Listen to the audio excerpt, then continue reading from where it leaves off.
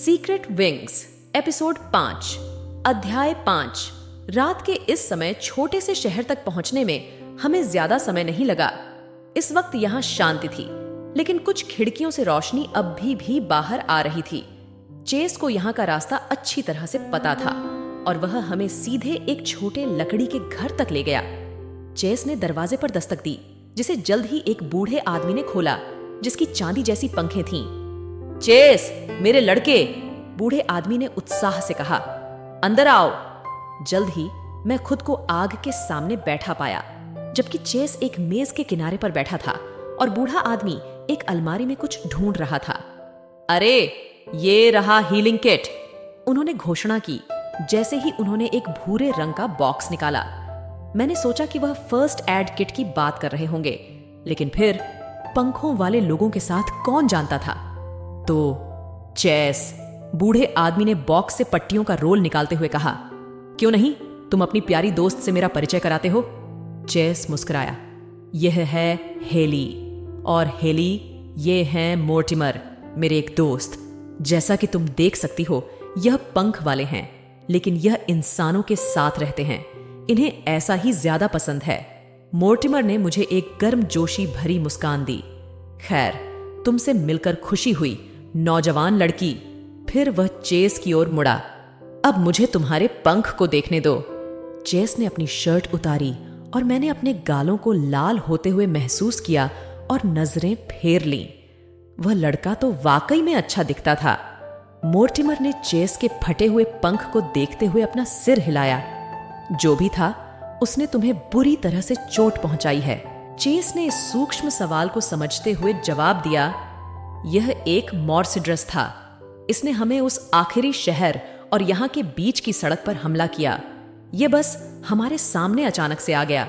यह शायद काफी समय से हवा में था, क्योंकि जब तक हम लड़ रहे थे, यह जमीन से नहीं उठा। मैंने इस नई जानकारी को समझा जब मोर्टिमर की भौहें हैरानी से उठ गईं। एक मॉर्सिड्रस? क्या तुम सुनिश्चित हो? खैर, जब तक तुम किसी और सांप जैसे राक्षस को नहीं जानते हो, जो एसिड थूकता है, जो कंक्रीट को घुला सकता है, तब तक मुझे नहीं दिखता कि यह और क्या हो सकता था। मेरे लिए राहत की बात यह थी कि वहां ऐसे ज्यादा मॉन्स्टर्स नहीं थे, क्योंकि मोर्टिमर ने चेस की कहानी को स्वीकार कर लिया। यह बहुत अजीब है, कम से कम कहें तो। एक मॉर्सिड्रस शायद ही कभी अपनी गुफा छोड़ता है, लेकिन मैंने कभी नहीं सुना कि यह किसी मानव आबादी वाले क्षेत्र में आया हो, खासकर समुद्र के पास, उन्होंने विचारशील स्वर में कहा, जबकि वह एक नीले रंग की तरल की बोतल खोल रहे थे और चेस के पंख से खून साफ कर रहे थे। मोर्टिमर चेस के पंख को ठीक करने का काम करते रहे। वह गहरे विचारों में लगे हुए लग रहे थे, और भले ही मेरे दिमाग में लाखों सवाल चल रहे थे, मैं उन्हें बाधित करने की हिम्मत नहीं कर सका। चेस ने अपने दांत भींच लिए जब मोर्टिमर उसकी चोट साफ कर रहे थे, और आखिरकार उसने चुप्पी तोड़ी। उन्होंने इसे भेजा है। शायद, लेकिन तुम इस बात के लिए सुनिश्चित नहीं हो सकते मेरे लड़के। आजकल अजीब चीजें अक्सर हो रही हैं, मोर्टिमर ने कहा। ये उन्होंने कौन है? मैंने पूछा। चेस ने अपना सिर घुमाकर मेरी तरफ देखा। हमारे दुश्मन। ओह, मैं तुम्हें बता रहा हूं मोर्टिमर, ये जरूर वही होंगे। वह चीज बहुत बड़ी थी, सामान्य से लगभग 2 गुनी। मेरा मतलब है, मुझे नहीं पता था कि कोई मॉर्सिड्रस इतना बड़ा भी हो सकता है। उसके दांत मेरे अग्र भुजाओं जितने लंबे थे। यह जानकर राहत मिली कि विशाल सांप आम दृश्य नहीं थे, लेकिन मैं उम्मीद कर रही थी कि मेरी किस्मत बदलेगी और मैं अजीब जादुई प्राणियों से मिलने से बच पाऊंगी।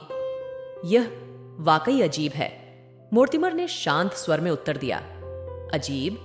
खैर, और भी अजीब जानना चाहते हो? उसकी आंखें पीली थीं, लेकिन एक बिंदु पर मैं कसम खाता हूं कि वे लाल हो गईं। चेस ने आधा चिल्लाते हुए कहा, मोर्टिमर की प्रतिक्रिया की कमी से नाराज। मोर्टिमर ने अपना सिर उठाकर चेस की आंखों में देखा। क्या तुम इसके बारे में सुनिश्चित हो?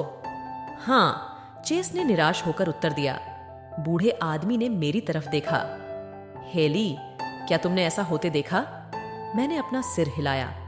यह आधे समय मुझसे दूर था और मैं इसकी आंखों के रंग की चिंता करने के लिए बहुत ज्यादा डर गई थी सर, इसलिए मुझे यकीन नहीं है। चेस ने मुझे एक थकी हुई आधी मुस्कान दी। जाहिर है ये एक अच्छा जवाब था। मोर्टिमर ने आह भरी और चेस के पंख पर पट्टी बांधना खत्म किया। ठीक है, तुम दोनों, तुम लोग बहुत थक चुके हो, चलो तुम्हें बिस्तर पर ले चलते हैं। चेस, मैं तुम्हारे लिए कुछ कंबल लाता हूं और तुम सोफे पर सो सकते हो।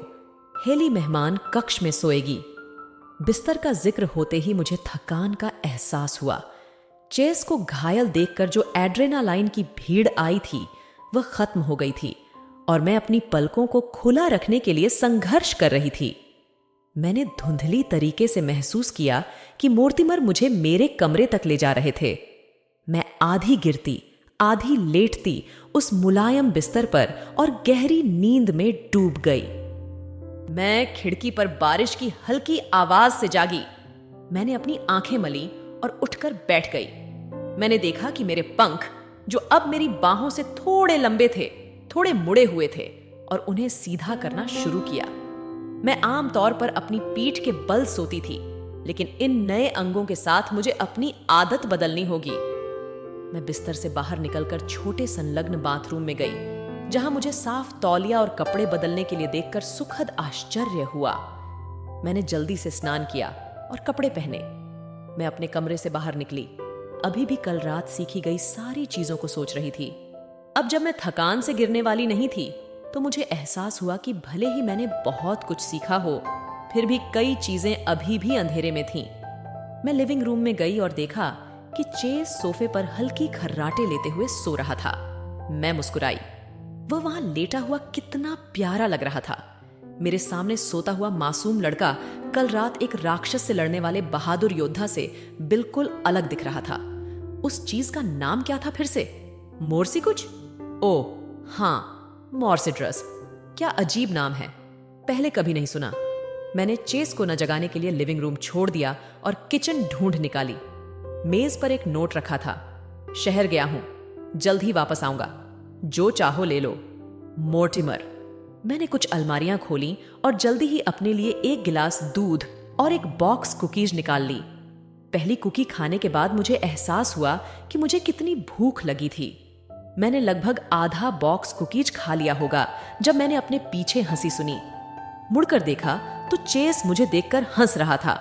वह आकर मेरे सामने बैठ गया और मैंने सोचा था कि मैं बड़ा खाने वाला हूं। मैंने उसे दिखा दिया कि उसकी टिप्पणी ने मुझे परेशान नहीं किया और एक और कुकी मुंह में डाल ली। चेस और भी जोर से हंसने लगा। तुम गिलहरी की तरह दिख रही हो। मैंने कुकी निगल ली।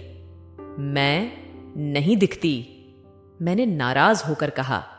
जवाब में चेस ने 2 कुकीज उठाई और एक एक अपने गालों में ठूंस ली। मैं नहीं दिखती, उसने ऊंची आवाज में कहा। मैं हंसी से फट पड़ी। ठीक है, यह मजेदार है, तुम वाकई गिलहरी की तरह दिख रहे हो। उसकी हरकतों पर सिर हिलाते हुए मैंने दूध का एक घूंट लिया।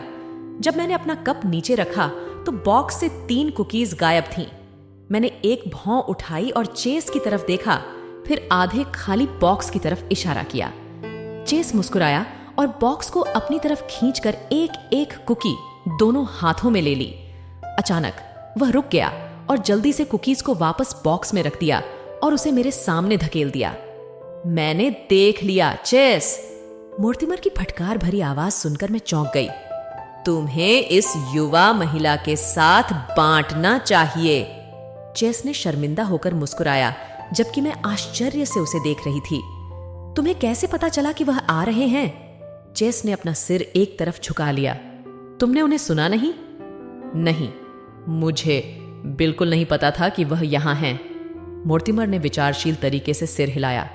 शायद उसने अभी तक पंखों वाली इंद्रियां विकसित नहीं की हैं। वह मेरी ओर मुड़ा और जारी रखा। विंगड़ लोगों की सुनने और देखने की क्षमता इंसानों से बेहतर होती है। मेरा अनुमान है कि तुम बाद में इन्हें विकसित करोगी, साथ ही अन्य इंद्रियां भी जो तुम्हें उड़ान के समय मदद करेंगी। जैसे कौन सी अन्य इंद्रियां? मैंने उत्सुकतावश पूछा। जैसे कि एक अच्छा दिशा ज्ञान। उदाहरण के लिए, मुझे 7 साल की छोटी हेली का ख्याल आया जो गर्व से अपने पापा को पार्क के प्रवेश द्वार तक ले जा रही थी, जबकि वे गर्व से कह रहे थे, देखो तुम, ऐसा लगता है कि तुम्हारे सिर में एक छोटा सा जीपीएस लगा हुआ है। ये तुम्हारे बड़े होने पर बहुत काम आएगा। तुम अपने बूढ़े पिता की तरह रास्ता नहीं भूलोगी। मैंने खुद को इस कड़वे मीठे याद से बाहर निकाला और मोर्टिमर से कहा, मुझे लगता है कि यह मुझे पहले से ही थोड़ा सा है। अच्छा, लेकिन तुम्हें पता होना चाहिए कि नई इंद्रियों का विकास पहले थोड़ा भ्रमित कर सकता है। इस मामले में एक सलाह है, अपनी प्रवृत्ति पर भरोसा करो। मैंने उनका धन्यवाद किया, हालांकि मैं थोड़ा उलझन में थी। इसी बीच चेस ने बाकी सभी कुकीज खा ली थीं। मोर्टिमर ने उसे डांटते हुए देखा, लेकिन उसने सिर्फ कंधे उचका दिए। क्या? मैं बढ़ता हुआ लड़का हूं, मुझे अपने खाने की जरूरत है। मोर्टिमर ने सिर हिलाया, लेकिन उसके चेहरे पर मुस्कान थी। तो चेस, तुम्हारा पंख कैसा है? चेस ने कंधे उचका दिए। पहले से बेहतर है, लेकिन जब तक मैं इसे ज्यादा हिलाता नहीं हूं, ठीक है। याद रखना, तुम्हें जितनी जल्दी हो सके एओलस पहुंचना है। मुझे पता है, मुझे यकीन है कि यह कल तक ठीक हो जाएगा, उसने कहा। लेकिन मोर्टिमर थोड़े संशय में दिखे।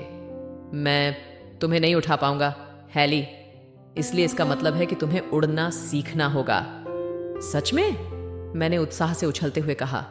हम कब शुरू करेंगे? मोर्टिमर ने मेरी उत्तेजना पर मुस्कुराया। मुझे लगता है कि मैं तुम्हें सिखाऊंगा। चेस को आराम की जरूरत है। चेस ने मेरी ओर देखा, मानो पूछ रहा हो कि क्या मुझे यह ठीक लग रहा है। मैंने सिर हिलाया और बूढ़े आदमी को मुस्कुराते हुए कहा, ठीक है। ओह यार, मैं तुम्हें सिखाने के लिए वाकई उत्सुक था।